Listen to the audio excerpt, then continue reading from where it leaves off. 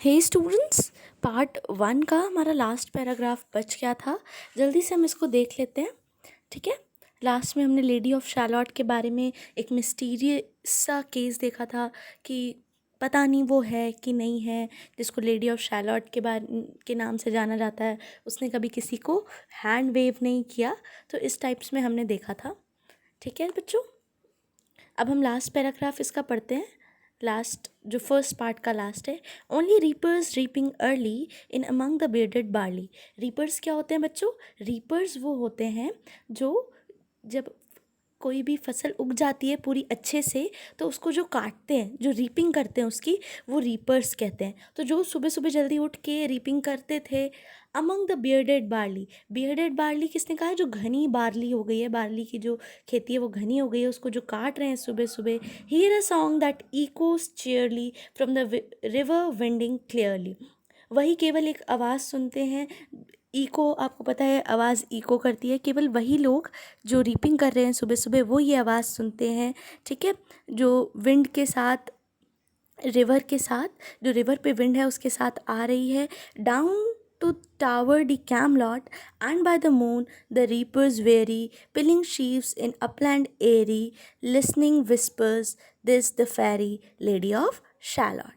ठीक है, तो ये क्या कहते हैं? केवल वो रीपर्स जो हैं वो सुबह सुनते हैं आवाज़, वो कैमलॉट टावर से आ रही होती है। ठीक है, एंड शाम को जब ये बिल्कुल थके हो जाते हैं, वेरी हो जाते हैं, ठीक है, पाइलिंग शीव्स इन अपलैंड एरी, वो अपनी जो कटाई उन्होंने फसल काटी है उसको एक शीव्स में, उसको बंडल्स में बना रहे होते हैं, तब आपस में विस्परिंग करते हैं कि वो जो लेडी ऑफ शैलॉट है उसको यहाँ पे फेरी कहा गया।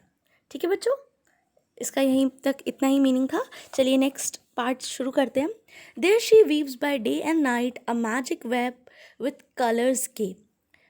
There she weaves by night and day, तो वहाँ पे वो जो टावर है उसके अंदर वो दिन रात वीव करती है, बुनाई करती है। किस चीज़ की? एक मैजिक वेब बनाती है वो। किससे? गे कलर्स से। गे कलर्स मीन्स कलरफुल कलर्स, जो बहुत लाइवली, कलरफुल, विविड कलर्स होते हैं, उनको गे कलर्स कहते हैं। ठीक है, she has heard a whisper say a curse is on her if she stay to look down to Camelot, she knows not what the curse may be. तो कहती है she has heard a whisper, उसने कहीं से सुना है कि उसके ऊपर एक श्राप है। अब श्राप क्या है बच्चों? श्राप ये है कि अगर उसने, वो रुकी, अपने काम से रुकी, जो वो मैजिक वेब क्रिएट कर रही है उसमें अगर वो रुक गई, ठीक है, किस लिए रुकी? अगर वो ये देखने के लिए रुकी कि क्या हो रहा है, तो क्या होगा? तब क्या होगा? तब एक कर्स आएगा जो उसको नहीं पता क्या होगा। She knows not what the curse may be, उस पर श्राप है एक कि वो रुक नहीं सकती।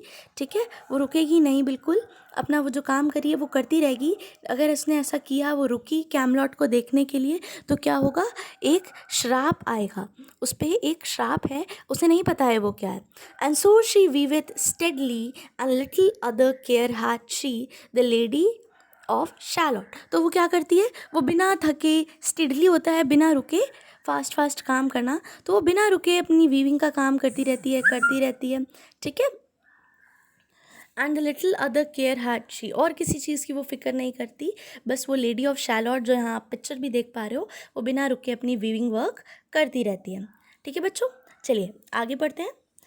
सेकेंड पार्ट का third paragraph, and moving through a mirror clear that Hanks before her all the year. तो यहाँ पे आप एक मिरर देख पा रहे हैं। तो ऑथर कहता है कि लेडी ऑफ शैलॉट, क्या कहता है बच्चों ऑथर? ऑथर कहता है कि उसके सामने एक मिरर लगा है, उसके सामने पूरे साल वो लगा रहता है। एंड थ्रू द, उस मिरर में क्या होता है? Shadows of the world appear, there she sees the highway near winding down to Camelot, there the river eddy whirls. ठीक है, क्या होता है उस रिवर में? जो यहाँ पे शैडोज़ बोला गया है, असली में वो क्या है? रिफ्लेक्शन। आपको पता है मिरर में इमेजेस बनती हैं जो भी उसके सामने होता है, तो इसके सामने जो मिरर रखा है उसमें इमेजेस बना करती हैं, वो डायरेक्ट नहीं देख सकती, वो अपना काम करती रहती है, सिलती रहती है, एंड जो उसके सामने मिरर है उसमें वो देखा करती है। ठीक है, क्या देखती है?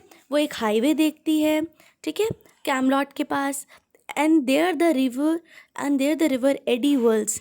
एडी वर्ल्स क्या है? एडी क्या होता है? Small Whirlpool. तो रिवर में वो देखती है कि कुछ वर्लपूल्स हैं, And there the surly village churls and the red cloaks of market girls pass onward from Charlotte. वहाँ से वो क्या देखती है बच्चों, चर्ल्स क्या होता है, जो नॉर्मल विलेज के लोग होते हैं, तो वो देखती हैं कि जो नॉर्मल विलेज के लोग हैं वहाँ से वो जा रहे हैं. And the red clocks, red colour की ड्रेसेस पहन के मार्केट गर्ल्स जा रही हैं, सब शैलॉट से निकल रही हैं. ठीक है बच्चों, यहाँ पे आपका असाइनमेंट है, इसको अच्छे से पढ़ना है, एक एक वर्ड एक एक लाइन को क्लियर करना है. आगे हम नेक्स्ट सेशन में पढ़ेंगे.